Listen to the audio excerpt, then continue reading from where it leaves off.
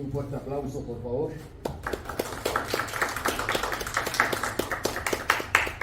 Esto es gracias y posible a Samin Corporation, quien se encuentra aquí su director general, que le vamos a invitar a que pase, por favor. Y por supuesto agradeciendo a las autoridades que representan este gran centro en apoyo siempre para los emprendedores, pequeña y mediana empresa. Así es que recibamos con un fuerte aplauso al contador público y maestro en Derecho Fiscal, Mauricio Zamudio, director de Zamudio Corporation.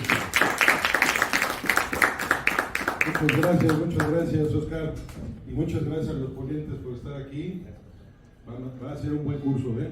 Aquí lo importante de todo esto, y les doy las gracias a todos los que están ahorita aquí, y el recibimiento. Este es ya nuestra cuarta capacitación, curiosamente, ¿eh? Y de aquí vamos a seguir, ¿eh? Aquí afortunadamente la delegación me ha aperturado y nos va a dar la posibilidad de seguir aquí trabajando en este auditorio, que la verdad se me ha hecho muy acorde y muy cómodo para todo este tipo de exposiciones, y los voy a seguir invitando. Y van a ver, vamos a tratar temas diversos. A lo mejor empecé por la parte pues que nos interesa a nosotros los contadores, ¿verdad? La cuestión fiscal, la cuestión contable. Ahorita nos van a hablar también de la cuestión, de una parte muy importante dentro de cualquier empresa. Y siempre vamos a tratar de traer aquí temas innovadores y la forma de cómo traer a gente preparada, capacitada, y que va a traernos un conocimiento sobre todo muy importante, y que tenemos que valorarlo para que ustedes mismos tengan ese conocimiento cierto, y lo más importante, se lo lleven como empresarios que somos, y podamos tomar siempre esa forma del conocimiento y poderlo adquirir de gente tan preparada que traemos aquí. Les agradezco mucho a los que tuvieron la puntualidad. Invitamos a mucha gente, esperemos que estén llegando conforme, porque ya ven que luego el tráfico y lo que sucede y qué pasa, pero confío en que va a llegar más auditorio. Les agradezco mucho, y pues le vamos a ceder la voz aquí a nuestros ponentes para que nos explique muy bien qué vamos a hacer aquí con todo lo que es recursos humanos. Muchas gracias. Antes, si me lo permite, contador Mauricio Zamudio, voy a leer semblanzas de cada uno de ellos. Comenzaré por el licenciado Adrián Santamaría, originario de la Ciudad de México en 1974. Estudió la licenciatura en Derecho por la Universidad Tecnológica de México. Es abogado fiscalista con 30 años de experiencia de litigio fiscal. Ha implementado medidas preventivas logrando consolidar una empresa confiable que brinda una garantía a sus clientes, teniendo casos de éxito como más de 2.800 millones de ahorro de impuestos a grupos Danone mediante amparos contra la ley del año 2002 al 2009. Es licenciado en Derecho por la Universidad Tecnológica de México, litigante en el área fiscal desde hace 28 años, fundador del despacho Cooper, autor de 25 libros de temas tributarios, creador junto con la SEP de la Maestría Estudios Avanzados de Cumplimiento Tributario, postulado como uno de los principales líderes del país por la revista Líderes Mexicanos en el año 2016. Titular de la Comisión Fiscal de Canalum, la Cámara Nacional de Aluminio. Titular de la cápsula financiera del programa Vida TV, transmitida por MBS Televisión. Consultor de Cinexpo, titular de la Comisión Fiscal Internacional y doctorado honoris causa por mérito y trayectoria por el Claustro Nacional de la UNAM. Un fuerte aplauso, por favor, para el señor.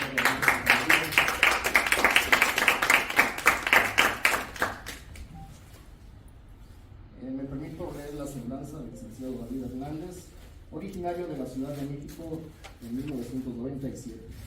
Estudios y licenciatura en Derecho por la Universidad Nacional Autónoma de México, Campus FES Acatlán. Graduado con honores, mención honorífica, en la modalidad de tesis y examen profesional con el trabajo Régimen Fiscal del Transporte Terrestre de Pasajeros, a través del uso de plataformas tecnológicas en la Ciudad de México, caso Uber. Gerente jurídico en Cooper DAX, escritor y abogado fiscal corporativo con 4 años de experiencia en áreas corporativa, cumplimiento tributario y litigio fiscal. Redactor del manual tributario implementado por Kufler Tax. Conductor invitado en programa de estudios fiscalistas, ponente en conferencias respecto a temas tributarios, cuenta con diplomas en materia de derechos humanos e investigación jurídica, autor de 5 libros de literatura y poesía. Fuerte el aplauso para el licenciado David Hernández. Bien, cedo el micrófono al licenciado Adrián Santana. Bienvenido. Gracias por la presentación y gracias al contador Zamudio primero por el foro, muy interesante y muy honorable su iniciativa para capacitar de manera permanente a los empresarios, y también agradecer a cada una de ustedes, que la mayoría son mujeres, hay muy pocos hombres escuchando. Eso habla mucho de la voluntad de seguir evolucionando y capacitándose cada una. Eso, sí, agradezco. Bueno, vamos a arrancar ahorita con la presentación. Lo comentábamos ahorita un poquito antes de arrancar con la ponencia. El gobierno federal ha aumentado el salario mínimo en cierta proporción, que casi representa el 40% en 2 años. Entonces, los empresarios a estas fechas están buscando estrategias para buscar disminuir de alguna forma su nómina. Y bueno, sabemos nosotros que no siempre hay ahí en el mercado despachos que ofrecen estrategias legales, y a final de cuentas es la creación de un problema para todos los empresarios que las contratan. Y lo que nosotros buscamos aquí es enseñarles y mostrarles que sí existen vías totalmente legales en función de la experiencia del despacho. Nosotros, como despacho de litigantes fiscales, aquí esta sugerencia y esta plática emanan de sentencias, de decenas, casi cientos de sentencias de los últimos años, que por donde se le puede ganar al fisco y que categóricamente es muy complicado, inclusive más perseguido. Y con eso quisiéramos arrancar. La siguiente, por favor.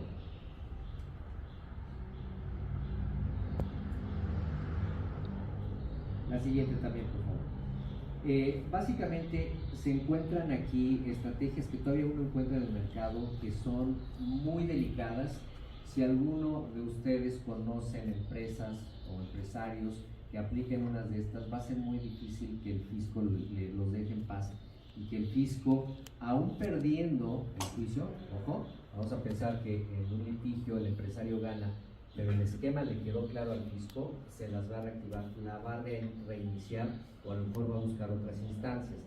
Es más que nada una línea que ocurre casi siempre por gobierno o por administración, de cuando ya está muy determinada la ilegalidad de una estrategia, se van sobre los contribuyentes que las escuchan. Ahorita vamos a nada más a citarlas, porque cada una tiene su respectiva lámina, que es el plan privado de pensiones. Es apenas está arrancando la fiscalización hacia esa estrategia. Las sociedades cooperativas, que hay sus excepciones. Una sociedad cooperativa bien llevada sí funciona, sí tiene ahorro de impuestos, pero evidentemente el giro se tiene que prestar, también vamos a platicar de ello. Luego el pago por asimilados, que ahorita lo estamos platicando, ese también categóricamente, si no se paga el 100% de la retención, inclusive muchas veces dentro de la misma empresa del empresario, si no está al 100 va a ser muy perseguido. Y por último, el concepto de alimentos, una estrategia viejita, pero todavía nos las encontramos por ahí, que también tiene ciertos requisitos que si no se aplican bien, pues no están acorde a la ley. Y arrancamos ahorita con la primera que platicábamos, el plan privado de pensiones. El licenciado David nos va a platicar un poco de ellas.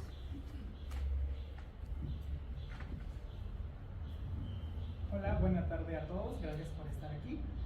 Les voy a hablar acerca del plan privado de pensiones, que es una de las estrategias perseguidas actualmente por la autoridad fiscal. ¿Sí se escucha bien? Sí, pero Okay. Sí, vale, ok. Bueno, plan privado de pensiones. Tenemos que entender que todas las estrategias fiscales en algún momento tienden a ubicarse o explotar algún supuesto jurídico que viene dentro de la ley del ISR. ¿Por qué? Porque lo que buscan la mayoría de los despachos fiscalistas es aprovecharse de estos vacíos o interpretar la norma a conveniencia de una estrategia fiscal. Ahora bien, este tema del plan privado de pensiones tiene su fundamento, el fundamento explotado es el artículo 93, fracción cuarta de la ley del ISR. Dentro de esta fracción, dentro de este artículo, nosotros vamos a encontrar lo referente a un plan privado de pensiones que se puede otorgar o conceder al trabajador. ¿Okay? ¿Para qué se utilizaba o se utiliza esta estrategia actualmente? Bueno, para los trabajadores asalariados. ¿Y por qué es perseguido? ¿Por qué la autoridad trata de estar persiguiendo esta estrategia fiscal, que en algún momento fue muy utilizada también? Pues bueno, lo que pasa es que se hacen depósitos al trabajador por concepto de pensiones. Aquí en la siguiente lámina vamos a explicarlo un poquito más a detalle. No sé si puedan darle la siguiente.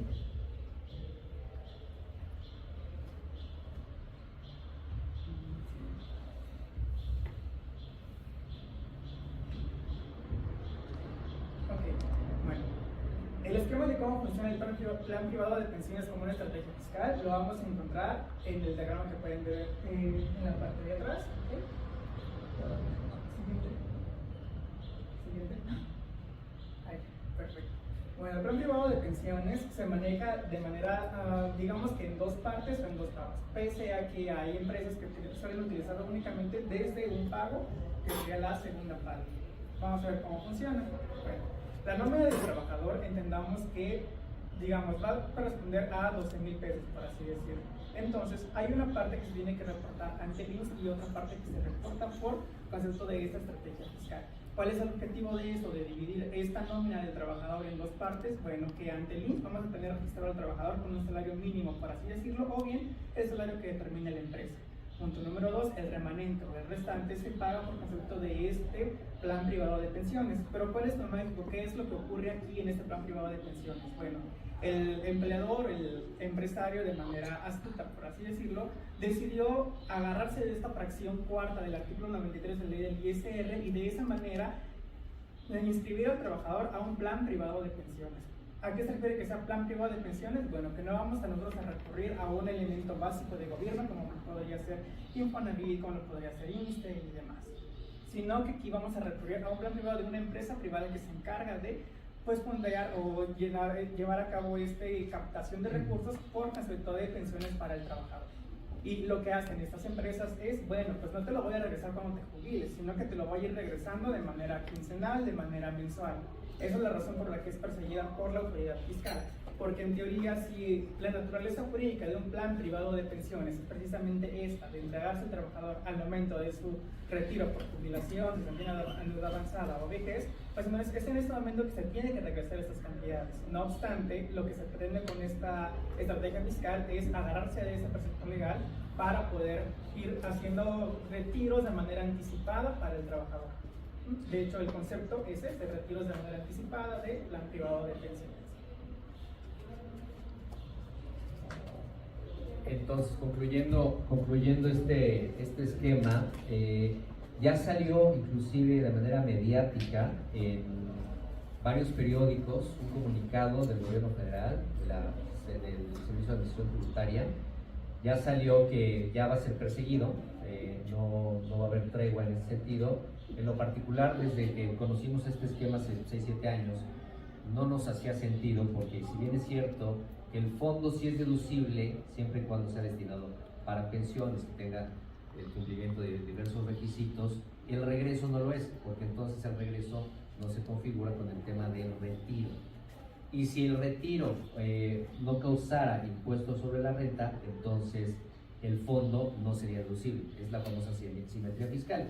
Sin embargo, estos despachos dicen que hay beneficio por los dos lados, pero categóricamente no es así. Si conocen a alguien, todavía existe mucho.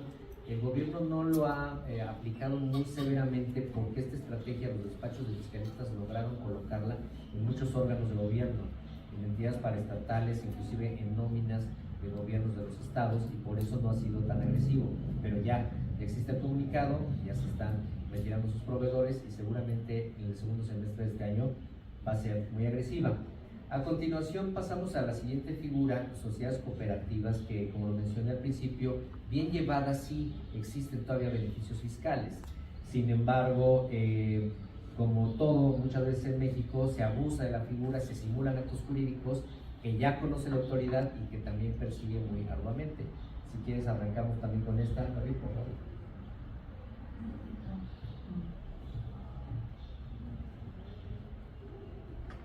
¿Podrían cambiar la lámina, por favor?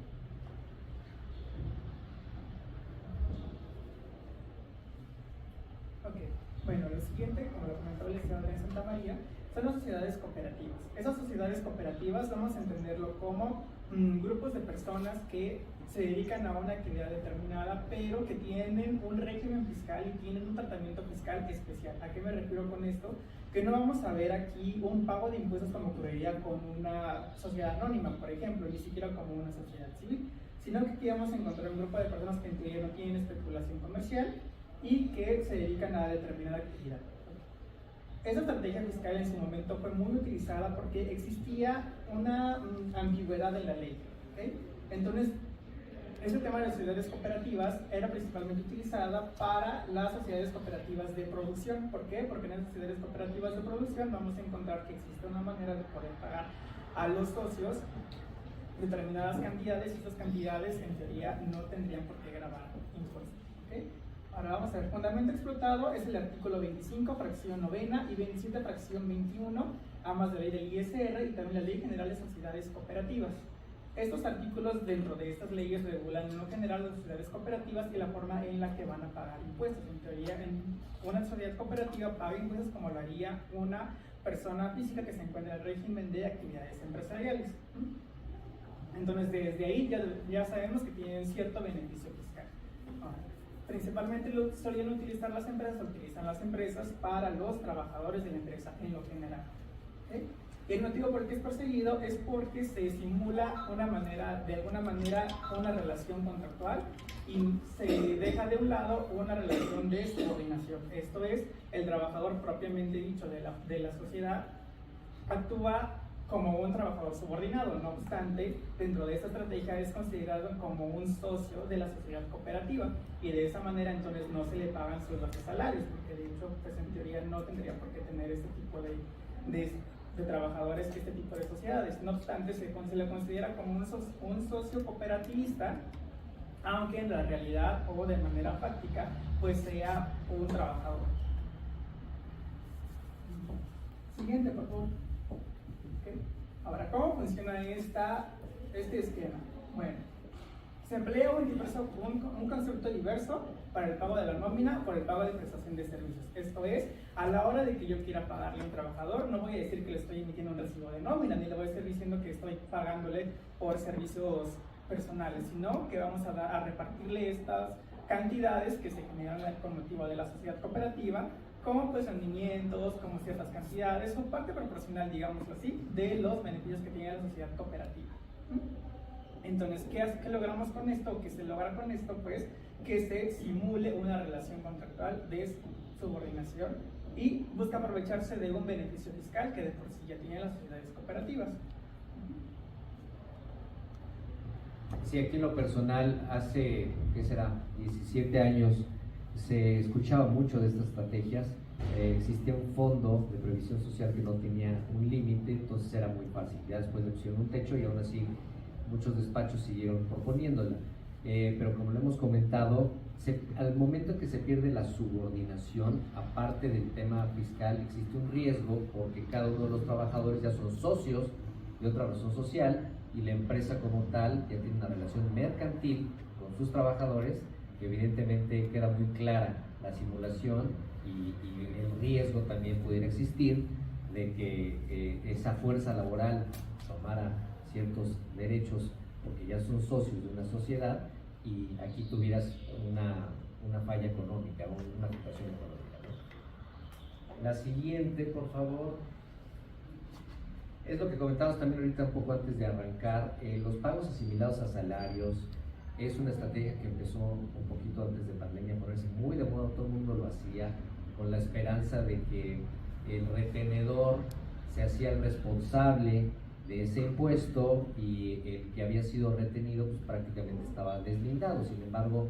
la persecución actual ya que ya funciona de otra manera, donde si el retenedor no lo encuentra el fisco, pues entonces a ti que te retuvo te hago responsable de alguna manera, sobre todo con mucha presión y terrorismo fiscal, no tanto jurídicamente, pero bueno, si te están citando cada 2 meses a un salón sin ventanas con 15 funcionarios, tú solo no dejas pasar ni a tu contador, pues muchos contribuyentes terminan pagando. Entonces vamos a escuchar un poquito la explicación y los fundamentos de este esquema. Bueno, el pago para asimilados a salarios tiene su fundamento explotado dentro del artículo 94 de la ley del ISR, porque dentro del artículo 94 es el artículo que señala la manera en que los trabajadores o los empleados de una empresa van a pagar impuestos. Pero dentro de ese mismo supuesto, dentro de ese mismo artículo, viene un listado de supuestos de ingresos que pueden asimilarse a salarios. ¿A qué se refiere esta palabra de asimilados a salarios? Bueno, ingresos que propiamente no vienen de un trabajo subordinado, pero que por una visión de la ley vamos a considerar como si fueran unos ingresos obtenidos a través de un trabajo subordinado. ¿Okay? ¿Qué tiene de beneficio esto para el empresario o por qué se intentó instaurar o se instaura esta estrategia fiscal? Bueno, porque de entrada, a la hora de considerar a un trabajador como asimilados a salarios, nos libramos del tema de pagar cargas sociales. Porque no es necesario, eso sí se puede hacer, pero no es necesario que se paguen cargas sociales por motivo de asimilados a salarios. Punto número 2, para el empresario, para el trabajador que presta sus servicios de esta manera, entonces se libera de la carga de que tenga que pagar IVA por las actividades que presta, sino que únicamente va a pagar ISR en términos del artículo 96. Ahora, eso se utilizaba mucho para los trabajadores de la empresa. Y el motivo por el que es perseguido es porque precisamente los trabajadores o los empleadores a la hora de querer dar este tipo de asimilados a salarios o presentan malos recibos de retenciones, no al 100%, o no se llevan a cabo todos estos requisitos que tiene que cumplir un trabajador para poder tributar como asimilados a salarios. Y finalmente, porque este tema de cargas sociales que no se pagan al trabajador, entonces repercute y es al final una bolita de nieve que cae para el empleador. Y finalmente, pues, porque la autoridad lo considera una simulación de operaciones. Siguiente, por favor. Okay. Bueno, ahora, esta estrategia suele jugar con el régimen de asimilados a salarios. ¿Por qué decimos jugar con este concepto? Porque, como lo mencionaba anteriormente, existen diferentes supuestos dentro de la ley de ingresos que pueden asimilarse a salarios. Entonces, la idea es ver en qué supuesto puedo encajar y entonces puedo pagar por asimilados, no puedo estar como asimilados y demás.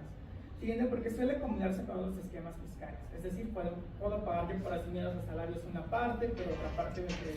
También quiero hacerlo por plan privado de pensiones, por ejemplo, o algo así. Entonces suele combinarse con otro tipo de estrategias fiscales, haciendo evidentemente si una estrategia perseguida, pues una bonita de nivel. Y pues finalmente porque busca evitar cargas sociales. Entonces, este tema de pago por asimilados a salarios, digamos que en lo general es pagarle no como un ingreso subordinado, sino como un ingreso que se encuentra tratado, sí, como si fuera un ingreso de trabajadores subordinados, y se tiene que retener y demás, pero al mismo tiempo si se hace mal o si no se cumple con las formalidades de ley, pues entonces es perseguido. Concluyendo un poquito el tema de asimilados, yo creo que no porque muchas veces se repita una mentira se convierte en una verdad, ¿no? En el caso de asimilados es así, porque fue una estrategia que anduvo por todos lados con empresas de todos los tamaños, y en lo personal como litigantes consideramos la más riesgosa. ¿Por qué? Porque hacer un impuesto retenido se configura el tema penal muy fácil. Si bien es cierto que es difícil que el fisco abra investigaciones penales para todos, sí sobre algunos, concretamente si son marcas famosas o si hay una cantidad más o menos importante, que a lo mejor son pocos trabajadores, pero la estrategia se usó por años. Entonces el fisco cuantifica, y si considera que es una cantidad importante, sí puede abrir una investigación penal. Por eso tampoco la sugerimos. A continuación pasamos al pago por concepto de alimentos. Esto también hace 20 años, 15, 16 años, puso muy de moda. Simplemente se etiquetaba en la contabilidad unas salidas con el título de alimentos, y esos despachos creían que era suficiente, pero bueno, no es así. A continuación vamos a ver los requisitos por los que pudiera funcionar y los que no. Siguiente, por favor. Okay. Bueno, pago por concepto de alimentos. El concepto de alimentos se encuentra dentro de la ley del ISR. Actualmente ya se encuentra definida como pago de alimentos de acuerdo a la legislación civil aplicable. No obstante, hasta hace algunos años, ya tiene varios años de hecho, antes del año 2009 que ocurrió la reforma, no aparecía esta especificación respecto a que tenía que ser de acuerdo a la ley civil aplicable. Entonces, únicamente decía por concepto de alimentos. ¿Qué hicieron los despachos fiscalistas en este entonces? Bueno, se agarraron de este concepto, lo trataron de amarrar con otro concepto que apareció en la Ley General de Sociedades Mercantiles y dijeron, bueno, pues entonces si no viene especificado qué tipo de alimentos son los que yo puedo aplicar en esta estrategia fiscal, pues entonces yo puedo ocupar todo lo que se refiere a alimentos y no necesariamente los del orden civil. Entonces, ¿cuál es el fundamento que se explota actualmente? Inclusive el artículo 93, fracción 26 de la ley del ISR. ¿Okay? Ahí es donde vemos ya en la actualidad insertar la frase de acuerdo a la legislación civil aplicable. Y ya no viene de manera ambigua que solamente serán alimentos. ¿Para quién se utiliza este concepto de alimentos? Bueno, para los trabajadores de la empresa y en su momento para los socios industriales.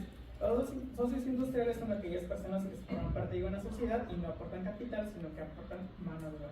Entonces, dentro de la Ley General de Sociedades Mercantiles viene un concepto de alimentos, pago de alimentos para este tipo de socios industriales. ¿Y por qué es perseguida esta estrategia fiscal? Bueno, pues porque trata de explotar un concepto de alimentos, pese a que el trabajador no sea ni siquiera acreedor a este tema de alimentos, porque recordemos que los alimentos, pues la obligación alimentaria surge, por ejemplo, de padres a hijos. Entonces no podemos ver de manera compatible que un trabajador sea el hijo de su patrón y por este concepto se está emitiendo un pago en este concepto por alimentos, ¿no? Siguiente, por favor. Bueno, ahora, ¿cómo funciona esta estrategia fiscal por concepto de alimentos? Bueno, como ocurre en otras estrategias, existen dos partes sobre este pago de salario, se divide en dos partes. La primera parte se reporta ante el IMSS, digamos con un salario mínimo, con un salario determinado por el empresario, y la segunda parte se paga por concepto de alimentos. Era muy utilizado antes de la reforma, componiendo en el artículo 49 de la Ley General de Sociedades Mercantiles, pagar este tema de concepto de alimentos a los socios industriales, o pues porque bastaba con que determinado trabajador yo lo nombrara un socio industrial, está aportando pues su mano de obra y demás, y yo le estoy regresando el dinero por concepto de alimentos. Este concepto de alimentos pues digamos que está exento de acuerdo con la ley del ISR, y en su momento también estaba exento, y como no viene especificado qué tipo de alimentos eran, pues bueno, el empresario decía, yo le voy a entregar determinada cantidad por alimentos, se comprende tal, y ya. Entonces se emitieron varios amparos, se empezó a perseguir esto, la autoridad se dio cuenta, evidentemente, y por eso ya con la nueva ley se reforma en el año 2009, sale la nueva ley del ISR, y ya en esta ya nos olvidamos de este tema de ambigüedad. Sí, concluyendo un poquito con este esquema de alimentos, cabe decir que sigue todavía vigente, no a partir de la reforma 2009, el concepto de alimentos que no causan costo de la renta. Pero entonces, ¿cómo podemos hacerle? Pues evidentemente hay que recurrir a la legislación civil y buscar o lograr un convenio entre mi acreedor alimenticio, que puede ser mi cónyuge o mi padre o inclusive mi hijo, si yo ya soy ya de una mayor edad, y darle una notificación a la empresa, y entonces la empresa es factible que ahí se pudiera pegarse este título y no pagarte o no retenerte el costo de la renta. Se tienen que cumplir todos los requisitos, si no evidentemente caemos en una simulación. A continuación vamos a la siguiente, por favor. Ahora sí, el tema que nos ocupa, las estrategias que le ha costado mucho trabajo al fisco poder determinar créditos fiscales, ganar sentencias y demás, en función de nuestra experiencia. Y antes de entrar de lleno a ellas, yo quisiera comentar algo. Algunas de las estrategias de las que ya hablamos y de las que vamos a hablar a continuación, sí son válidas, pero siempre acorde al giro de la empresa, al tamaño de la empresa, al número de trabajadores, si están en un área rural o en un área urbana, si se juntan muchos requisitos y se estudia la realidad jurídica de la empresa y de los trabajadores, algunas de las estrategias que acabamos de poner como no validadas sí pueden funcionar. Sin embargo, las que vamos a platicar ahorita son las que están todavía más claras y más puntuales en función de derrotar al fisco en caso de una controversia, y que puedan seguirse aplicando por lo menos hasta que no haya una reforma.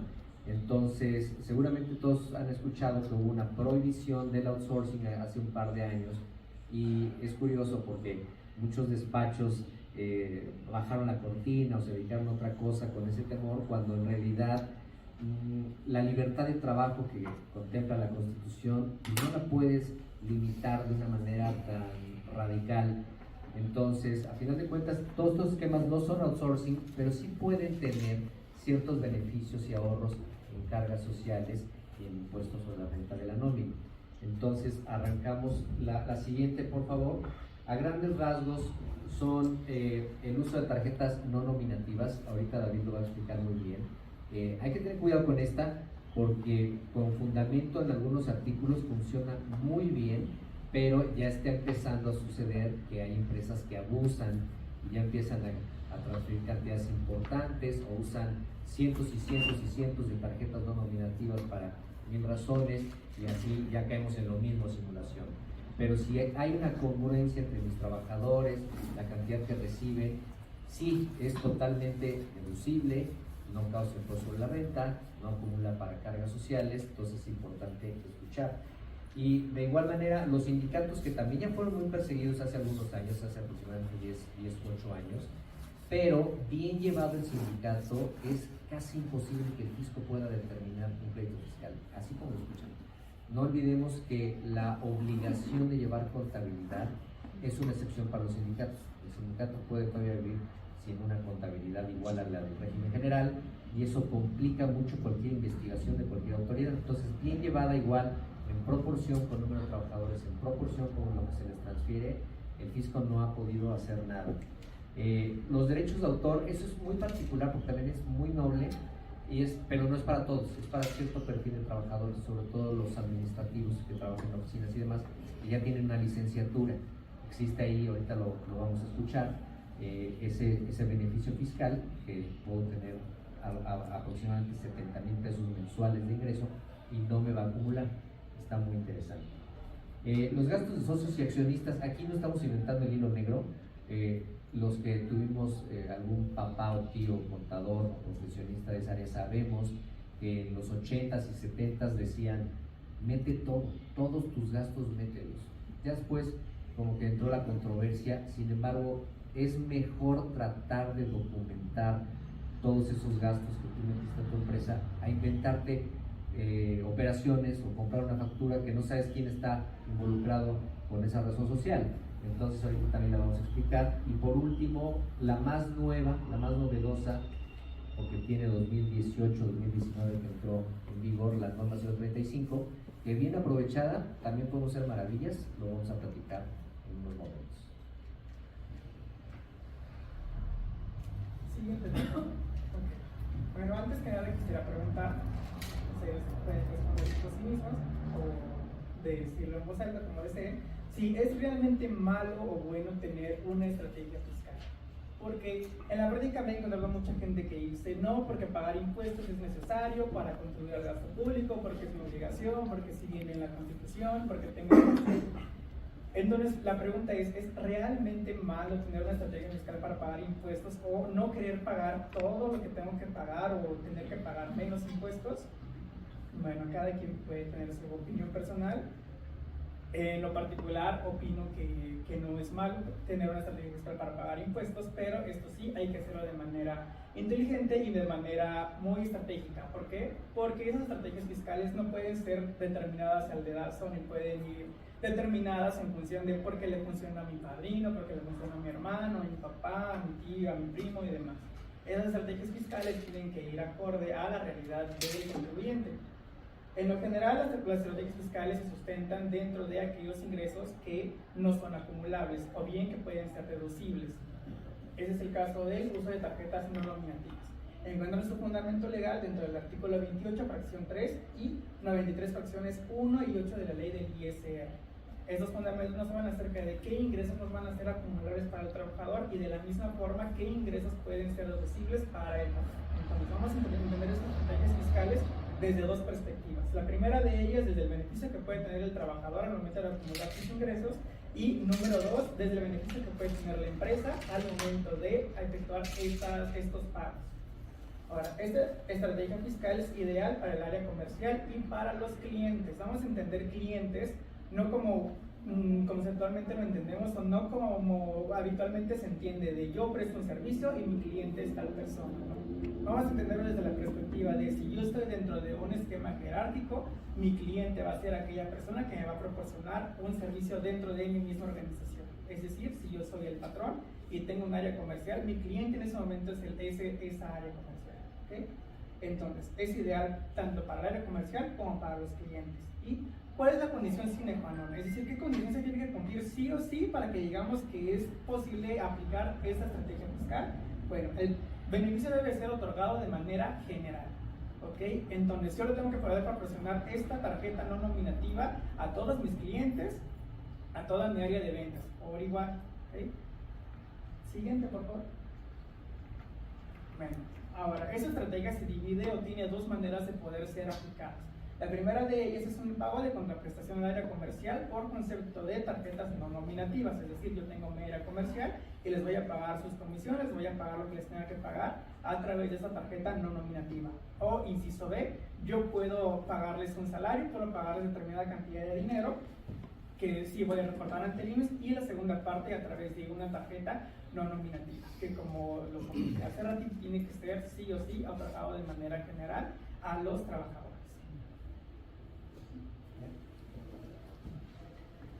Pues sí, básicamente ahí el secreto es áreas comerciales. Primero que nada es el monedero electrónico, el famoso monedero electrónico. ¿Quién de aquí tiene un monedero electrónico de Liverpool? O que lo haya tenido aunque sea una sola vez en su vida, sin pena. Básicamente es eso, es lo mismo. El esquema que hace Liverpool a que por cualquier motivo te regala un monedero electrónico es una facultad que cualquier empresa lo puede hacer. Entonces, yo como empresa yo puedo determinar quiénes son mis clientes.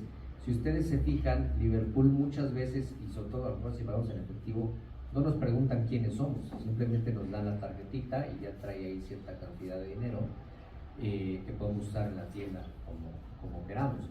Aquí no nos pone una limitación de que ese monedero electrónico solo se usa en algunos lugares. Entonces, una empresa puede tener un convenio con otra empresa tipo Vale, no recuerdo los nombres de más empresas, y yo se lo puedo transmitir a mis clientes porque lo contempla la ley, pero inclusive a mi área comercial. Nosotros en lo personal vinculamos las áreas comerciales, sobre todo aquellas empresas con muchos vendedores, para que ese excedente de su sueldo salga por ahí. Y lo más maravilloso es como las tarjetas de Liverpool son innominadas. Nunca el fisco se va a enterar quién tiene ese dinero. Sin embargo, para evitar la presunción de lavado de dinero, la empresa sí lo tiene que registrar. Pues es parte de mi estrategia comercial y lo mandé a Civale o cualquier otra empresa. Este es mi contrato y por esta razón yo lo hago deducible.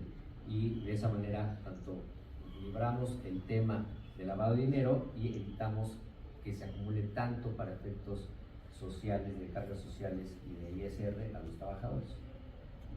La siguiente es platicar un poquito, yo creo que de las autorizadas o de las validadas por la autoridad es el más famoso, que tiene varios años. Ahorita David va a explicar un poquito la mecánica para que pueda ser utilizado el beneficio de los sindicatos en función de ahorro para los trabajadores y para los empleados. Nosotros, dedicándonos a esto desde hace muchos años, siempre decimos, el mundo del derecho fiscal, el mundo de los impuestos es un juego. ¿Quién de aquí ha jugado Monopoly, el turista? También sin pena. No. El tema de los impuestos es muy parecido, porque hay que saber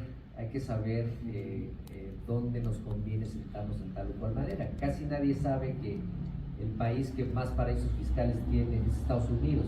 Tiene 3 estados donde su pago de impuestos es ridículo, y sin embargo es la máxima potencia y es el policía del mundo y ellos mismos tienen sus excepciones muy claras. Y aquí en México también tenemos una excepción para estos temas, que es básicamente el sindicato, pero hay que saberlo usar. Bien usado también es muy benéfico para disminuir cargas sociales e ISR. Bueno, en ese tema de los sindicatos vamos a encontrar el fundamento legal de esa estrategia fiscal, o de la cual parte en el artículo 28, fracción 30 y 93, fracción 1 de la ley del ISR. ¿Okay? Ese tema de los sindicatos es un tema debatible y un tema un tanto discutible, ya que en efecto bien llevado pues podemos decir que es una maravilla, pero si tenemos algún error a la hora de implementarlos y es que ese tipo de sindicatos no funciona como debería de funcionar, pues entonces digamos que ahí nos encontramos con una traba muy grande y estamos ya en un tema de posible fiscalización por parte de la autoridad. ¿Okay? ¿Para quién es ideal o para quién se utiliza esta estrategia? Bueno, para los obreros y los jornaleros. ¿Y cuál es la condición sine qua non con la que tenemos que cumplir? Bueno, tenemos que tener un sindicato, número uno. Tenemos que tener un sindicato que funcione bien, que esté correctamente constituido y que cumpla con todos los requisitos de ley para ser considerado realmente un sindicato. Y número dos, tenemos que contar ya sea con contratos ley o también con contratos colectivos de trabajo. Para preguntarse, bueno, ¿cuál es la diferencia entre un contrato ley y un contrato colectivo de trabajo? La única diferencia la vamos a encontrar referente a quiénes son las partes firmantes y a qué sectores pertenecen. Si hablamos de contratos ley, son diferentes sectores de la industria. Si hablamos de contratos colectivos, hablamos de contratos celebrados por patrones. ¿Okay? Siguiente, por favor. Y ahora, ¿cómo funciona esa estrategia? Como ocurre con otras estrategias fiscales, esa estrategia de sindicato se paga al trabajador en dos vertientes o de dos maneras. Primera, una parte de este ingreso que se tiene el trabajador se paga por su nómina normal, digámoslo así, la que se reporta ante el IMSS. Y la segunda parte se paga por medio de la figura de sindicatos. ¿Por qué? Porque el trabajador pues está afiliado a un sindicato, se le está pagando determinada cantidad de dinero y demás. Y entonces, este tema de ingresos que recibe el trabajador por tema de sindicatos se encuentran exentos. Y este tema de ingresos exentos nos dice el artículo 28, fracción 30, que son deducibles para la empresa hasta determinado porcentaje. Cada vez que nosotros identifiquemos un ingreso que está exento para el trabajador, lo vamos a poder hacer deducible hasta determinado porcentaje con base en este artículo. Anteriormente, antes de la reforma, pues se podía hacer deducible al 100%. Pero bueno, llega esta reforma que pretende disminuir este tema, y entonces nos reducen la deducibilidad de esos ingresos exentos para el trabajador que sean pagados por el empleador. Entonces, con base en estos artículos, nosotros podemos aplicar esa estrategia fiscal, tener una ventaja tanto para el trabajador como para la empresa. ¿Cómo sugerimos que se implemente de una manera más sana? Bueno, primero que nada, una empresa inclusive pequeña con 5 u 8 trabajadores ya muchas veces ya tiene un sindicato. Evidentemente este sindicato debe ser blanco, debe ser de nuestra confianza, que se le pagan ya sea una anualidad cuando se firma el contrato colectivo o una mensualidad, y a lo mejor platicarlo la empresa con el sindicato para el excedente mandarlo a través de ellos. Como comentaba el licenciado David, cuando se puso de moda hace 15 años, todo el mundo se empezó a constituir sindicatos, hasta te los vendía la gente que daba la toma de nota, y no lo sugerimos, desde luego. Sugerimos que sea tu sindicato real, blanco, con el que hagas la estrategia, porque si solo hay un sindicato donde los únicos trabajadores son los tuyos, pues bueno, a lo mejor no sé tan mal si tienes 500, ¿no? Pero si tengo 5 o 10, pues no. Entonces, una negociación con su sindicato real, que evidentemente les puede cobrar una comisión, pero puede surgir a partir. Todavía si lo quieren más legal, pues evidentemente se sugiere a lo mejor en esa negociación un aviso de huelga, que no llegue hasta la huelga instaurada como tal, y con ese aviso pues queda ahí en la Junta de Conciliación y listo. Yo le estoy dando esas prerrogativas a mis trabajadores porque tuve un conato de huelga, y para evitarla, por eso les transfiero mediante conquista sindical o algún concepto parecido, y así de esa manera pues el fisco pues, no tiene manera de desvirtuar. Primero que nada, como platicamos, no puede revisar contablemente al sindicato, y segundo, la fuerza jurídica, que es la fe pública, en este caso de la Junta, pues ahí está, va a tener una fecha cierta, emitida por una autoridad, entonces sería autoridad contra autoridad, y el SAT muy difícilmente, si no es imposible, le podría ganar a una empresa que cumpla todos estos requisitos. A continuación hablamos de la siguiente, por favor, de beneficios de derechos de autor. También en lo personal es una estrategia que me gusta mucho, ahorita les platicamos por qué, que David nos va a platicar. Pues en efecto esta es una de las estrategias, a mi parecer, de las favoritas. ¿Por qué? Porque digamos que de inicio ya nos da un super beneficio. No sé si alguien de aquí alguna vez ha pensado en escribir un libro, tener un libro publicado, alguna obra, ¿no? Sí, perfecto, perfecto. Bueno, pues por el simple hecho de tener una obra y tenerla publicada, ya tenemos el 50% de esta estrategia fiscal, ¿ok? ¿Por qué? Vamos a ver, dentro del artículo 93, fracción 29 de la ley del ISR, existe un beneficio fiscal para los autores que pongan a disposición o tengan ingresos a través de permitir a un tercero enajenar, utilizar su obra y demás, ¿ok? Entonces, este beneficio lamentablemente está topado. Si no estuviera topado, sería una super maravilla, pero desgraciadamente está topado a 20 UMAS elevadas al año. La ley habla de salarios mínimos, pero pues tenemos que utilizar UMAS. En donde está topada desafortunadamente, pero sigue siendo una excelente opción para poder emplear una estrategia fiscal. ¿Para quién es ideal? Bueno, para los gerentes y los directores. ¿Por qué principalmente para ellos? Porque si nos metemos a revisar si es efectivamente para los trabajadores subordinados propiamente dichos, vamos a encontrar ahí una pequeña excepción, porque esa obra que se genere en beneficio de un patrón es del patrón. ¿Por qué? Porque así viene determinado dentro de mi Ley Federal de Derechos de Autor. Entonces, para evitarnos este tema y tener y esta controversia en este sentido, entonces necesitamos sí o sí que sean directores o gerentes. Digamos que es ideal para ellos, para que la autoridad no tenga de dónde rascar. ¿Y cuál es su condición sine qua non? Y por eso comentaba que ya tienen el 50% ganado. Porque se necesita tener una obra que sea registrable. No todas las obras son registrables y asimismo no todas las obras que pueden otorgar los mismos beneficios al autor. ¿A qué me refiero con esto? Bueno, si yo decido hacer un manual operativo, ya tengo un manual operativo que funciona perfectamente bien, uy, que creen que eso no entra dentro del supuesto del artículo 93. ¿Okay? Entonces, en este tema yo no podría ejercer esta estrategia fiscal. Número 2, si yo soy un socio accionista de la sociedad en más del 10%, tampoco voy a poder yo aplicar esa estrategia fiscal. Entonces, digamos que sí tiene algunas reservas, pero sigue siendo una excelente opción. Siguiente, por favor. Okay. Vamos a ver cómo funciona esto. Y como lo pueden ver, el esquema es demasiado corto. Número 1, necesitamos registrar una obra ante indautor. ¿Por qué la tenemos que registrar? La ley dice que aunque yo no la registre, si yo ya la emití, si ya la di a conocer, entonces esa obra ya es mía. Pero ¿por qué me va a servir registrar ante indautor? Por este famoso tema de materialidad de operaciones.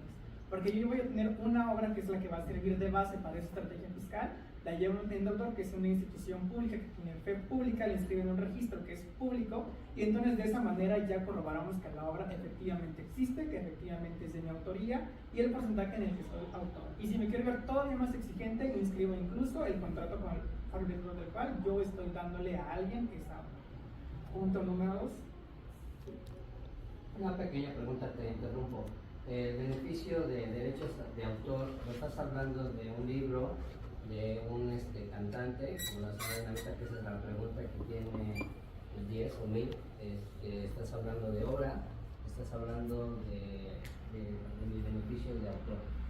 O sea, la pregunta es, en cuestión de derecho de autor, con la Sonora Dinamita, que son 20,000, hay un problema muy fuerte, porque también lo tiene la Sonora Santanera. Ahí ¿cómo puede beneficiarse ahí, o hay que estar pagando una cuota con ellos directamente? Este estímulo fiscal es para obra literaria, no tanto derechos de autor en general. Okay. Entonces, a lo mejor ahí en la Sonora Santanera habrá que ver si podemos plasmar esta obra que nos platicas con el formato de una obra literaria, que al final de cuentas la ley nos maneja, la ley federal de derecho de autor, ¿no? Creo, nos maneja que tiene que pasar de 30 hojas, que tiene que tener cierto formato con cierto índice, como dice David, no puede ser un manual operativo, un manual interno de una empresa, y si no, pero trasladando estos derechos de autor, quiero pensar que a lo mejor son canciones y partituras, Músicos. a lo mejor con esa obra registrada simplemente transformar el formato a una obra literaria, y con eso ya podrían empezar a ver.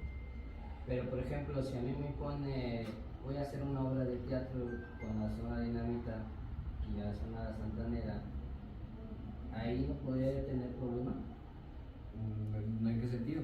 En que estoy utilizando, bueno, las mismas canciones cuando no estoy autorizado. Mira, aquí ok. Primero que nada, si el fundamento de esta obra es derecho de autor de alguien más, pues tiene que estar autorizado, ¿no? Entonces, el que es el titular de esa obra literaria es el que va a ser el agente beneficiado de este estímulo fiscal. ¿Sí me explicó? Evidentemente, en el ejemplo que nos estás poniendo, donde yo hice esta obra de teatro, pero traigo notas de la Sonora Santanera, Dinamita o cualquier un grupo musical, y no tengo autorización, es un acto viciado, entonces me voy para atrás. Al ser un acto viciado, de origen es nulo, entonces no te va a servir ni para estímulo fiscal, ni para acto mercantil, ni para nada, ¿vale? O sea, tiene todo que estar con acuerdos, tiene que estar de preferencia evidentemente por escrito y demás, en el ejemplo que nos estás poniendo. Acá la estrategia que estamos diciendo es un poco más simple, y ahorita platico cómo la implementamos. Aquí de entrada les sugerimos a los empresarios que les vamos a decir, ¿sabes qué? Tus gerentes y tus directivos van a escribir un libro. Cuando a una persona que ya tiene carrera, o posgrado, maestría, les dice eso, nos gusta, nos emociona. Por eso no se sugiere para grupos obreros o jornaleros, porque inclusive el fisco sí divide. O sea, la premisa también de la Constitución de todos somos iguales ante la ley, el fisco no la hace. El fisco determina si tienes capacidades o no para cierta situación o no. No olvidemos cómo interpreta a las factureras con los prestanombres, ¿no? Tú no puedes ser dueño de una empresa que factura 1 millón de pesos porque no tienes más que tercero de primaria. De por sí eso es inconstitucional. Pero para evitar caer en esa presunción, sugerimos siempre gerentes para arriba. Ya que le dices al dueño de la empresa que vas a poner a sus gerentes a escribir un libro y se lo transmite a los gerentes, se emocionan. Y nosotros como despacho los ayudamos con la metodología. Y ahorita con ChatGPT es una maravilla y puede estar en 15 días el libro, y con eso se cumplen todos los requisitos. Se registra ya sea en derechos de autor y de autor, o inclusive por un corredor público, y es cumplir los requisitos. Y ya puede ser accesible, puede tener acceso el trabajador a que son 70, 72 mil pesos mensuales, que no causan impuesto sobre la renta, no acumulan para cargas sociales. Es importante hacerlo, como lo estamos platicando, no es difícil, simplemente hay que hacerlo. Hubo un despacho muy grande que el gobierno actual lo persiguió y ahorita están prófugos, que aprovechaban mucho este esquema, pero se lo ponía a todo el mundo, incluidos obreros y jornaleros. Evidentemente nunca había libros escritos, pues es una simulación.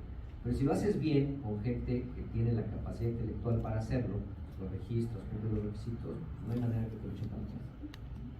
Una pregunta más, por ejemplo, he estado viendo que están haciendo alianzas. Esto implica también en los logotipos de las empresas. Por ejemplo, si yo estoy escribiendo mi libro, lo saco, pero me están patrocinando, pero pongo otro logotipo de otra empresa y se da cuenta, ¿esto tiene una sanción? Bueno, sí, digamos que ahí ya no es materia fiscal, ahí ya es materia de propiedad intelectual. Aquí, como te platico, aquí, pues evidentemente siempre hay que hacer las cosas bien, ¿no? Siempre hay que buscar, si alguien va a usar el nombre comercial o una marca de alguien, pues hay que buscar la autorización. ¿Hay que pagar de algo? ¿Perdón? ¿Hay que pagar algo? Sí, evidentemente. Todavía hace 20 años México era muy holgado en eso. Los mexicanos en general, las autoridades ni se diga, pero digamos de unos 5 años para acá, ya con tanta tecnología, ya es muy fácil de percibir, muy fácil de detectar, y todo el mundo ya lo hace. En lo personal tenemos clientes que hacen campañas para revisar su marca, ¿dónde la ven? Si resulta que están en el eje central en las banquetas, espérate, pues esa es mi marca, yo nunca autoricé, no es mi canal de venta, ¿no? O en otros lados, inclusive imágenes espectaculares. Ahorita mucha gente se mete a Pinterest, resulta que hay una imagen de David y luego la ven un espectacular, y él jamás subió una foto suya, pero a lo mejor alguien en Facebook subió una de él y a alguien le gustó, y Y también hay campañas de empresas que revisan toda su imagen. Pero ese es otro tema, eso es derechos de autor, pero sí, siempre hay que tener un permiso por escrito. Por escrito, ok. Pasamos a la siguiente, que son lo que comentábamos al principio, los socios de gastos, los gastos de socios y accionistas, bien llevado, bien registrado, con un buen orden, con mucha cercanía con sus contadores para conocer proyecciones financieras de la empresa y de la persona, se pueden utilizar para efectos de hacerlo deducible. Bueno, este tema de casos de socios accionistas tiene su fundamento legal en el artículo 25 de la ley del ISR, es decir, todos esos gastos que van a ser deducibles para la empresa. Entonces, esa es una estrategia demasiado común. Digamos, las empresas, los socios y accionistas suelen meter gastos que propiamente son de ellos, pero a nombre de la empresa. Entonces aquí se trata más de revisar cuál es el contexto de la empresa, a qué se dedica, cuál es su giro, cuál es su comportamiento contable y demás, y tratar de cuadrarlo con los gastos del socio y accionista, para de esta manera poder empatar aquellos gastos que se tengan con estas deducciones que pueden efectuar las empresas. Entonces, ¿para quién es ideal? Pues como el propio nombre lo dice, para los socios o los accionistas. ¿Cuál es la condición sine qua non? Bueno, que los gastos sean acordes a las deducciones que puede aplicar la empresa. Ahí con ese tema de deducibilidad, hay contadores que nos pueden decir, no, pues es que esto no es deducible, eso sí es deducible. La realidad es que la última palabra la tiene la autoridad fiscal. Yo puedo decir, yo compré 20 computadoras porque son necesarias para prestar mis servicios. Pero si la autoridad fiscal me dice, no, ¿sabes qué? Yo considero que como te dedicas a repartir comida, no necesitas 20 computadoras. Entonces, pues, es un poco tanto subjetivo, y última palabra al final la tiene el SAT, y en su momento, pues, hay que defender. Siguiente, por favor. Bueno, ¿cuál es el esquema? ¿Cómo funciona esto? Bueno, número uno, hay que evaluar, como lo comentaba, los gastos que tiene el socio accionista en función de las deducciones que puede aplicar la empresa. Una vez hecho esto, entonces ahora sí vamos a empatar los gastos de ese socio accionista con los gastos que pueda tener la empresa, con aquellas deducciones que puede aplicar la empresa. Haciendo esto, estamos en compartible de alguna manera, estos gastos van por parte de la empresa, entran como deducciones, y digamos que así nos ahorramos el tema de tener que repartir dividendos, estar revisando CUCA, estar revisando COFIN y demás, y entonces así lo metemos dentro de un gasto de la empresa. Este esquema, como lo comentábamos, bien llevado, ha existido toda la vida y existirá por las razones que voy a comentar. Muchas veces los que somos propietarios de empresas no nos damos cuenta que cierta actividad nuestra nos puede repercutir en un beneficio para la empresa, ya sea agarrar proveedores más económicos o que nos pueden dar plazos, o agarrar clientes, agarrar grupos de clientes o empresas grandes como clientes, y no lo registramos de alguna manera en la empresa. Aquí es básicamente lo que nosotros sugerimos. Nosotros en lo personal con nuestros clientes tenemos juntas periódicas para literal que nos platiquen su vida, ¿no? Un ejemplo.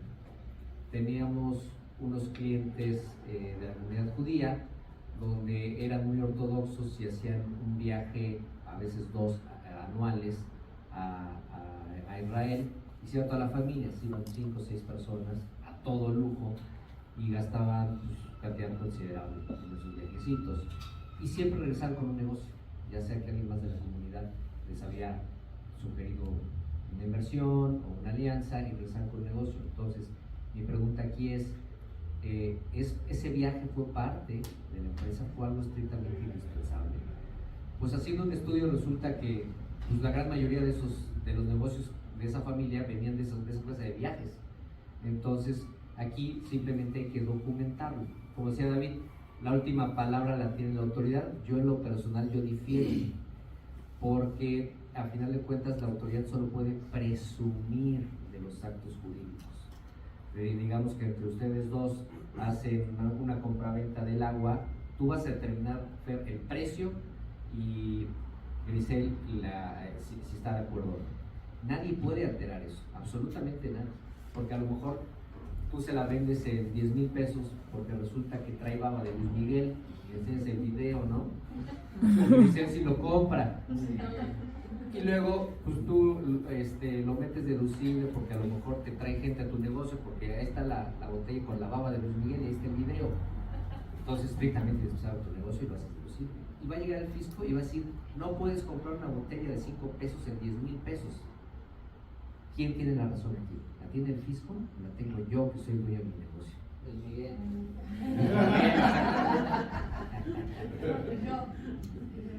Evidentemente, los únicos que pueden determinar la realidad de tu negocio son los empresarios, son los únicos. El fisco solo puede presumir. Entonces, en ese ejemplo que decíamos de la gente de la comunidad judía, simplemente se documentó que esos viajes entonces ya no eran vacaciones, simplemente se documentó que eran una sugerencia o una obligación de su departamento o de su consultor de negocios, de su publicista, de su mercadólogo, con su cédula profesional, su firma, un nombre de dictamen, donde le dice, para que tu negocio se mantenga y sea estrictamente indispensable que sigas teniendo clientes, te tienes que ir a Israel una vez al año para que saques clientes. ¿Listo? No hay manera en que el fisco lo eche para atrás. Es como con el ejemplo de la botella de Luis Miguel. Es igual, de repente. ¿Cómo lo documento? Bueno, tu mercadólogo te va a decir la fuerza que trae a tu negocio que la gente vaya a ver la botella de Luis Miguel. Entonces, lo documentas, el mercadólogo me dijo que para que no truene mi negocio y sea estrictamente indispensable, tengo que tener esta botella. ¿Y cómo se documenta? Dependiendo del caso. O sea, el caso... No, en forma muy chusca de lo que comentas de Luis Miguel, ¿cómo documentas que esa agua de Luis Miguel va a tener ese costo? Porque, pues, o sea, se oye chusco, pero haciendo ya la actividad normal en un negocio, de verdad se vuelve Mira, hasta y está molesto que tienes que hacer algo y lo tienes que documentar y lo tienes que sacar foto y le tienes, o sea, para poder tener la materialidad. Dependiendo que, en el caso concreto de Luis Miguel, el tema está que los mexicanos nos molesta la medición. La disciplina nos resulta inconcebible porque somos de pachanga y somos informales y el impuesto que debería prevalecer es el IVA porque no somos ahorradores y cosas así. Entonces, en este ejemplo vamos a medir con pruebas, ensayo y error, que concretamente eso lo haría un despacho de mercadotecnia, un despacho formal constituido que debe tener cédulas profesionales, en ese ejemplo. Y en función de eso, una medición. ¿Qué pasa si de repente este día no va a estar la botella de Luis Miguel? Y en el momento que la gente llega, ¿qué crees? Pero no está la botella y lo único que está en mantenimiento. ¿Cuántos se van a ir? Y eso lo tienes que documentar. ¿Vale? La fuerza y el respaldo de esto, en este caso, van a ser las cédulas profesionales y el prestigio del despacho que hayas contratado. ¿Vale? Y como es en todo, o sea, tú tienes que ver cómo lo documentas, cómo puedes elevarlo a fe pública de preferencia, si es algo muy dudoso. Nosotros, bueno, no viene mucho al caso, pero si el tema es muy dudoso, no me viene ahorita la mente, pero se vale publicar edictos, algún tipo de edicto, en la fecha cierta en la que ocurrió ese deducible que tiene duda. Porque entonces yo ya lo estoy mostrando a terceros, incluido al fisco, que yo lo estoy haciendo, que existió en esa fecha, que lo estoy haciendo a buena fe. Y en caso de controversia de revisión o de litigio, yo lo demuestro, a ver, no me fabriqué ahorita mi contratito porque llegaste a revisarme, que inclusive hay jurisprudencia, estos contratos no elevados a fe pública, te los rechaza siempre el fisco, porque presume que en ese momento no existe. Pero si yo lo hice y lo publiqué a manera de edicto en el periódico de mayor circulación, fue en la fecha real, antes que tú me revisaras, y de buena fe, porque eso lo estoy diciendo a todo el mundo. Son ejemplos, y como esto puedo decir 20 más, pero se puede. Simplemente hay que analizar la profundidad de la necesidad, el giro del negocio, el tamaño, todo eso, y así lograr la materialidad sin ningún tipo de problema. Sé que todo esto viene precisamente, como lo decía el licenciado, por el abuso del uso, ¿no? de todo este tipo de estrategias. Y más allá de, como lo que comentas, que es una disciplina que debemos, creo yo que no es disciplina, es más bien una situación de que te están coartando tu libertad. Entonces yo creo que más allá de manejarlo de manera fiscal, tiene que ser ya de una manera civil también. Decir, oye, yo como empresario no tengo la libertad porque todo el tiempo me tengo que estar defendiendo de algo que no tendría por qué ser defendido. O sea, es una actividad normal de mi empresa. Y sin en cambio ahorita las estrategias todas son en base a que le tienes que estar apostando, le tienes que estar invirtiendo en lo que comentas, ¿no? En el abogado, en en la mercadotecnia para que den fe a lo que tú estás realmente haciendo. Entonces, a ti lo que te están captando es tu libertad como empresario, al menos eso es lo que yo veo. Bueno, es parte de la realidad de México, ¿no? O sea, hay una ausencia de valores por todos lados, no solo a nivel empresarial. O sea, hay que estarse cuidando por todos lados. Entonces, hay que verlo ahora desde el punto de vista de la autoridad. La autoridad también busca recaudar. Y si se da cuenta que del universo de contribuyentes hay simulaciones por todos lados, pues va a presumir que todos hacen esas simulaciones. Entonces, pues es parte de nuestro trabajo, ¿no? Como empresarios, no solo nosotros como abogados, también los empresarios, aprender a documentar. Y a final de cuentas, conforme vaya creciendo tu empresa, te vas a dar cuenta que tus coaches de negocios, tus aliados, te van a pedir esa documentación. Cuando ya trabajas con clientes grandes, con triples A's, o con gobierno federal, o con gobiernos de otros países, esas documentaciones y mediciones te la piden. Entonces también de ahí se agarra el fisco, para que tú, aunque seas un empresario pequeño, lo tengas, y es difícil que un empresario pequeño lo tenga. Pero sin embargo, te sirve también a ti, las mediciones son una maravilla para ver dónde estás ahorita y hacia dónde te diriges. Es raro que una empresa pequeña lo haga, las medianas una que otra, y las grandes ya. Pero es parte de una disciplina que como empresarios debemos tener si queremos seguir creciendo y no ser víctimas, ya no solo del gobierno, de un trabajador mentiroso, de un acreedor, de un cliente también que está simulando algo. Entonces son temas que tenemos que como empresarios sí o sí. Yo hace mucho tiempo hice un cálculo, no soy contador público, hice un cálculo de cuánto es lo que te cuesta si tú pagas un peso de sueldo, y hace algunos años esa cantidad en porcentaje era prácticamente de un peso que yo pagaba de sueldo, se incrementaba el 52% por cada peso. ¿Sigue esa proporción o ha aumentado? Pues mira, es que aquí es muy variable. Aquí dependiendo de tu grado de riesgo, ¿no? El antigüedad de tus trabajadores. O sea, puede ser eso, a lo mejor en algunos giros está más elevado. En promedio, en general, nosotros tenemos una estadística, mezclando todos los giros, todos los grados de riesgo, un 44% de cargas sociales. Y pasamos ya al final con la última, que es la más moderna, pero precisamente por ser la más moderna, es la que tiene una legislación más relajada, que también sugerimos que se pueda aprovechar para disminuir nuestras cargas sociales. Adelante. Bueno, esa estrategia es la que sustenta el beneficio que otorga la NOM 035. Aquí vamos a mezclar temas tanto laborales como corporativos, como incluso de recursos humanos y evidentemente legales y fiscales. ¿Okay? ¿Dónde encontramos el fundamento legal de esto? Bueno, la mayoría de las estrategias fiscales suelen tener un extracto en específico de la ley del ISR. Ahora, si nos ponemos a analizar toda la ley, no vamos a encontrar como tal algo que mencione o tenga por escrito NOM 035, ¿no?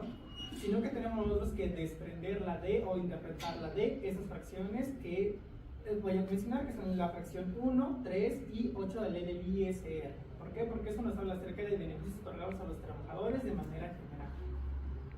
Y finalmente también la NOM 035. Esta famosa NOM 035 es una norma oficial mexicana de reciente creación, relativamente reciente, no tiene muchos años de haber sido creada, y tiene que ver con todo este tema de riesgo psicosocial del trabajador. Toda esta manera en la que las empresas procuran que los trabajadores no se sientan estresados, se sientan felices en su lugar de trabajo, y pues en general pues tengan pues una estabilidad emocional sana. ¿Okay? Entonces, ¿para quién es ideal esta estrategia fiscal? La ventaja de esta estrategia fiscal, por lo mismo de que es relativamente nueva, es que es ideal para todos los trabajadores o todas las personas que forman parte de la empresa. ¿Por qué? Porque vamos a otorgárselos ya sean directores, ya sean gerentes, ya sea el área comercial, ya sea nuestra área de trabajadores, formalmente dichos, jornaleros y demás. Y vamos a necesitar sí o sí, como requisito sine qua non o condición sine qua non, que número 1 se otorgue de manera general a los trabajadores y sea un beneficio que podamos nosotros vincular a la NOM 035, porque si no está vinculada a esta base de NOM 035, pues no tendría razón de ser esta estrategia fiscal. Siguiente. Siguiente. Okay. Bueno, como ocurre con otras estrategias fiscales, aquí vamos a verlo dividido de dos maneras, independientemente de que inclusive podríamos nosotros optar por determinado caso de pagar todo a través del NOM 035 en algunos casos, digamos por ejemplo área comercial, ¿no? Pero bueno, pues, como primera parte vamos a ver igual un monto que se paga al IMSS como un salario base, digamos un salario mínimo que se pague, y el excedente o el remanente de lo que se quiera pagar al trabajador por concepto de NOM 035. Esta cantidad que se paga al trabajador se paga por concepto de un apoyo al trabajador por temas de mejoramiento de su estado de ánimo, riesgos psicosociales, cualquier tipo de situación como beneficio que nosotros podamos encajar en NOM 035. El NOM 035 tiene el beneficio de que no nos limita a un solo aspecto, sino que convierte todo aquello que nosotros queramos proporcionar al trabajador para mejorar sus condiciones dentro del trabajo. Y sí o sí necesitamos que se encuentre sustentado en NOM 035 y que exista materialidad al respecto. ¿Por qué? Porque si no existe materialidad o evidencia de que se lo otorgamos al trabajador con un beneficio, pues entonces no tiene caso de ser que pues evidentemente se otorgue en concepto de NOM 035. En donde se podrán preguntar, bueno, ok, sí, pero si es un beneficio que se le da al trabajador, y si tengo que, no sé, darle terapia, si tengo que darle todo esto, ¿de qué manera va a entrar el dinero pues, al trabajador? ¿O de qué manera pues va a caer al trabajador? Bueno, pues hay manera de que el empresario pues se apoye de otro tipo de tarjetas fiscales, como puede ser el uso de tarjetas no nominativas, para hacer entrega de estas cantidades en efectivo o cantidades depositadas a los trabajadores. Y finalmente, al cuadrarlo todo, vamos a decir, bueno, pues existe un fundamento sustento legal, que es el NOM 035, esos fondos se caen al trabajador, no caen solamente porque sí, sino que son apoyos. Y si la autoridad fiscal en algún momento trata de perseguirla, trata de cuestionarla, pues tener todo el sustento legal de, bueno, y de parte de todo este apoyo psicosocial que se está dando al trabajador para que no se sienta estresado en su área de trabajo. Así es, digamos que la norma 035 existe para disminuir el estrés en los trabajadores, para eso nos obliga, y hay unas multas muy graves. Sin embargo, no nos pone límites, no nos dice cómo lo tengo que lograr, simplemente nos habla de una remediación y hace sugerencias como terapias, apoyo psicológico, días de asueto y demás, pero no nos dice exactamente qué sí puede abarcar y qué no.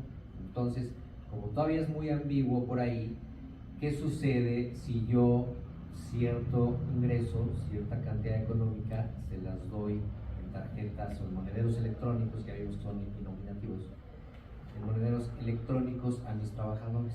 Y yo lo mido, resulta que al 2-3 días antes que acabe la quincena, que todos ya estamos sudando porque ya a ver si llego, y te hago una encuesta, ¿te sientes feliz en tu vida? ¿Estás tranquilo? ¿Hay estrés en tu existencia? Pues sí, un poquito, un muchito, ¿no? Y luego ya te pago tu sueldo nominativo y luego te entrego tu tarjeta de regalos con el excedente. Oye, ¿ya viste cuánto viene tu tarjeta de regalo con el excedente? No, pues sí. Le haces otra vez la encuesta. ¿Cómo te sientes? No, pues a todo, ¿no? Con eso ya cumplí el requisito. Con esa medición que esté registrada en un sistema o en un proveedor de NOM 035, ya cumplí el requisito. Entonces, si se dan cuenta, en ese excedente de esos números electrónicos puedo jugar para que el trabajador se sienta tranquilo, disminuya su estrés y no me integre para cargas sociales. O a lo mejor de plano ser transparente con los trabajadores, dependiendo del criterio que cada empresa tenga, y decirle, pues es que si yo te pago completo, de tus 15,000 pesos te van a quedar 11,000 pesos, o prefieres que te los paguen en este esquema, me contestas esta encuesta y te quedan 15. La mayoría, si no es que siempre, te dicen, no, pues la segunda. Entonces estamos cumpliendo cabalmente con la ley y estamos ahorrando los encargos sociales y el impuesto sobre la renta. Básicamente ya hasta aquí hemos llegado. Ahorita esto se puede combinar como con salario emocional. Por ejemplo, si yo tengo mis trabajadores, justamente tengo mi salario, pero tengo mis bonos, y bueno, la ley que ya salió porque no existía esta normalidad, pues te daban tus vales y obviamente te metías a un gimnasio y tú lo pagabas. Eso es justamente lo mismo. El salario emocional es una figura que ya tiene algunas décadas, pero no estaba legislado y obligado, sobre todo obligado como tal en México, a partir de la norma 135. Si no me equivoco, entró en vigor octubre del 18 o del 19. Más o menos. 19. Ajá, sí, según yo, se publicó el 18, pero entró en vigor en octubre del 19 o agosto del 19, algo así. Ya lo tenemos que implementar todos los patrones. Entonces ya hay una medición, el secreto es la medición, o sea, el antes y el después. A muchas empresas todavía hoy no les queda claro, ¿no? ¿Cuándo hago la medición? Tengo que ser por lo menos una vez al año, pero no nos pone una metodología de la medición. Yo la puedo armar, para cumplirla puedo armar, y si la armo y doy estos beneficios, esta prerrogativa, pues cumplo, quedo perfecto ante la ley laboral y perfecto ante temas fiscales. Entonces hay que aprovechar. ¿Sería conveniente en este caso, por ejemplo, documentarlo con alguna cláusula o alguna obligación interna en un reglamento interno de trabajo? Porque, por ejemplo, igual en auditorías del Seguro Social, cuestionan mucho, por ejemplo, los premios de puntualidad o los de asistencia o las horas extras. Entonces, ¿cómo evitar que caigan esos? Pues obviamente para el Seguro Social es difícil rastrear, porque para empezar, entiendo no estar en un recibo de nómina, ¿no? Para empezar. Pero sí poder como que hacer la estructura completa. Sí, claro, mira, como en realidad no hay algo que faculte primero que nada al IMSS en tu pregunta a que me rechace ese esquema, lo que nosotros sugerimos es mete una consulta.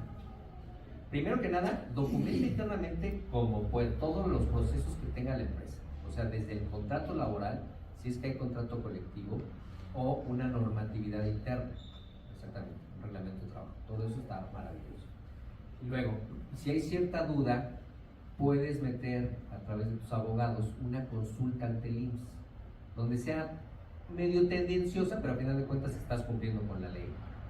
Preguntándole, ¿existe una limitación para la remediación, así esa palabra es la que usa la ley, para la remediación de la norma 035? Te va a decir que no, porque no la hay. Y con eso puede ser un documento tuyo público en defensa cuando te llegue una auditoría de leyes. Pregunta, ¿esto está fundamentado legalmente si las empresas no la tienen la normatividad 035?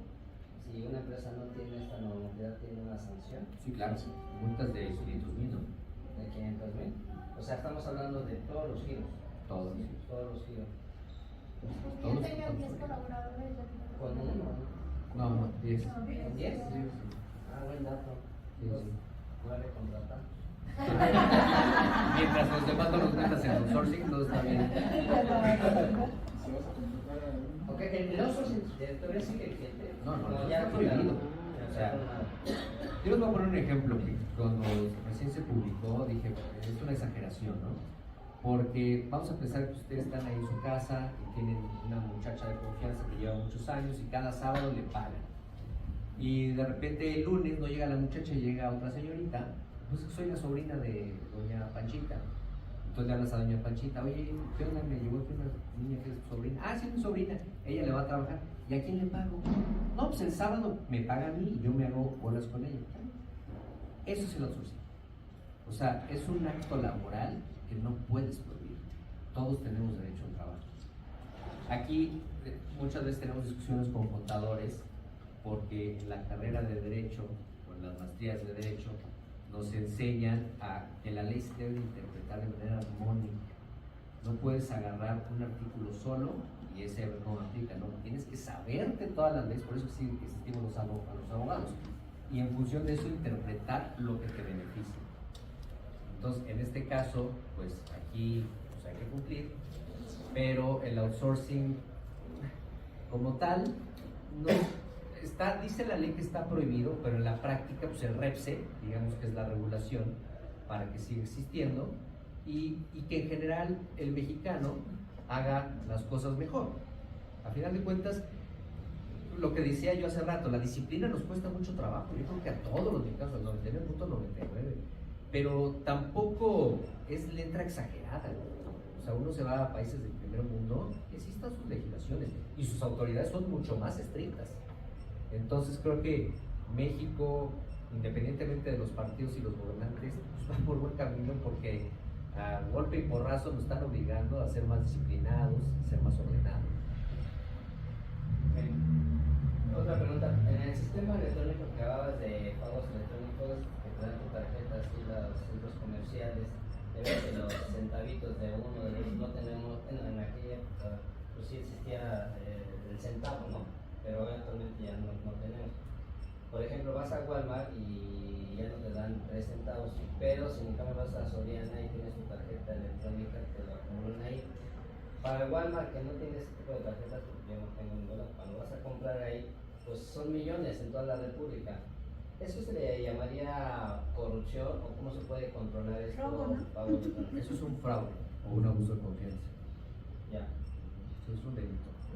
Y por eso no lo tiene contemplado el gobierno todavía, o sea, legalmente, o sea, con fundamento legal. Fíjate que es que operativamente sería muy difícil que el fisco pudiera detectarlo para a partir de ahí determinar algo. O que, digamos, también la solución podría ser regresar a los centavitos, que casi, bueno, a mí me tocó pagar centavos, o sea, 50 centavos, 10 centavos, todavía los llegué a ocupar cuando era niño.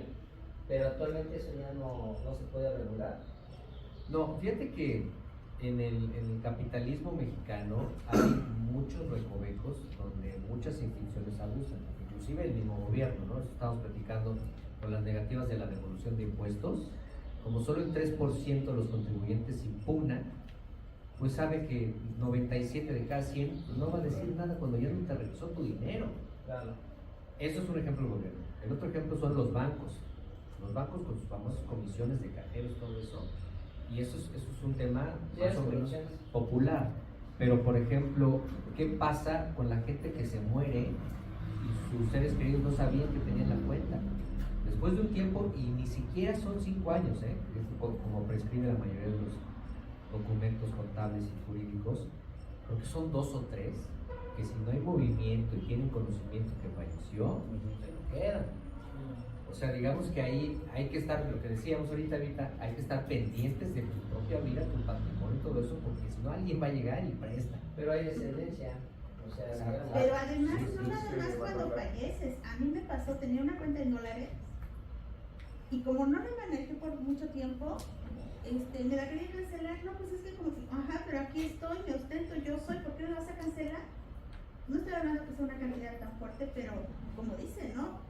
Unas cantidades, no sé, de 10,000, 15,000 pesos te las quieren extraer nada más porque no manejas Ponle la de cuenta. a 10,000, pero ¿cuánta gente habrá? El proceso jurídico para recuperar esa cuenta es, tienes tú que abrir un sucesorio o notario después de lo civil, y ya cuando está la etapa del albacea designado, que hay una etapa que se llama inventarios y avalúos, ahí sí ya puede ir el albacea con sus documentos públicos al banco, y ahí sí ya te pueden cambiar el contrato, o ya te pueden entregar los recursos, pero hasta ese momento. Y también los juicios sucesorios tampoco son tan comunes. Es muy conocido que en los barrios populares, inclusive aquí de la Ciudad de México, ya tiene tiempo que ya no, pero todavía en los 90s y para atrás había campañas de regularización de tus escrituras, porque pues, inmuebles construidos en el 1900, en 1940 y eso, se va muriendo y se lo queda el hijo, luego el nieto, luego el bisnieto, y luego ya nadie sabe originalmente quién lo construyó, dónde están las escrituras. Como es gente que no le interesa el crédito, no se pone al corriente, no va al día. como en el caso del Teatro Blanquita, ya tiene muchísimas edades, es un problema familiar donde realmente si yo soy el dueño y yo ya me morí, tengo descendencia, por decir un ejemplo, y los hijos se pelean y están perdiendo muchísimo dinero porque el Teatro Blanquita obviamente ahí es el efecto familiar que ni siquiera se ponen de acuerdo, ni siquiera lo rentan, ni siquiera construyen y están perdiendo una millonada de dinero. Entonces ahí es un problema pues, muy feo. Sí, aquí digamos es gente que presume tener el derecho, pero están peleando. Pero los ejemplos que estamos platicando, o sea, el banco no tiene nada que ver con el que generó el dinero, ¿no? El gobierno no tiene nada que ver con el que merece su devolución de impuestos. Walmart no tiene nada que ver con los 3 centavos que te sobraron. O sea, aquí estamos ante una figura de instituciones gandallas que se van quedando con cosas de a poquito, ¿no? No, son millones. Exacto, ya sumando son miles de millones. Diarios. Listo, ¿alguna otra pregunta? En este caso, por ejemplo, de la NOM 035, sobre este mismo punto, como actualmente ya está también, pues hace sus cruces de información, sus fiscalizaciones, y pues para empezar con sus oficios de cartas de invitación, en síntesis busca cruzar todo con CFDIs. En este caso, el documento para poderlo ya desde el punto de vista del patrón, ¿no? Ya como dueño del negocio. Entiendo que, bueno, esto no pagaría los impuestos al trabajador, ¿no? Sería un ingreso exento. Pero ¿cómo lo podría deducir? Es decir, si ingresaría como un concepto de nómina, porque, o sea, ¿cómo se podría documentar para que la empresa lo haga deducir? Aquí la empresa tiene que contratar a un proveedor de norma 035. Casi todas las empresas que se dedican al salario emocional implementaron esa rama. Algunas también empresas de recursos humanos implementaron esa rama. Y es cuestión que lo platiques con ellos, porque lo más importante, en efecto, evidentemente sí es lograr la deducción y demás, pero es la medición.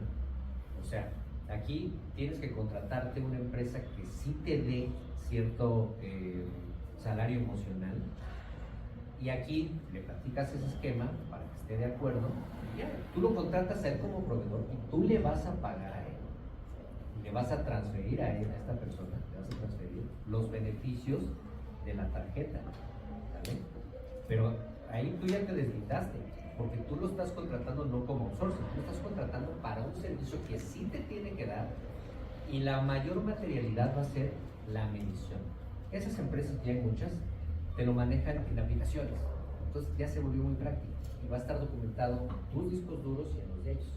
Entonces, con la entrega de esa factura y los entregables en general, el contrato, de preferencia notarizado, los tiempos del contrato, algún resumen o reporte anual, más las mediciones, cumpliste el requisito. Pues listo, pues creo que hasta aquí. Agradecemos mucho su presencia, su tiempo, y bueno, estamos a sus órdenes.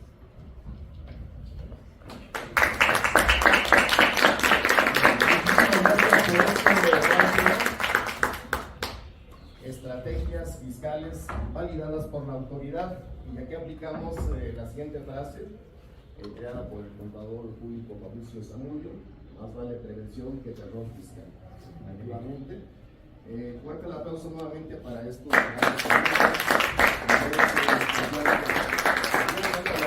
licenciado David Hernández. Bien, pues ahora no se vayan. Invitamos al contador público Mauricio Zamudio a pasar a entregar los reconocimientos por este gran curso que nos han impartido. Adelante. Ponencia de lujo, creo que nos deja muy ilustrados aquí a los empresarios. Y acuérdense, no se trata de estrategias, hay que ser preventivos, y como lo dijo aquí el licenciado Adrián, hay que hacer disciplina. Yo le llamo prevención y cultura cívica, ¿vale? Y eso es lo más importante y hay que tomarlo en cuenta. Y bueno, quiero darles este pequeño reconocimiento por parte de nosotros, aquí el licenciado Adrián, por favor, por la ponencia que nos dieron el día de hoy. La verdad, muy buena. Por favor, dales un aplauso.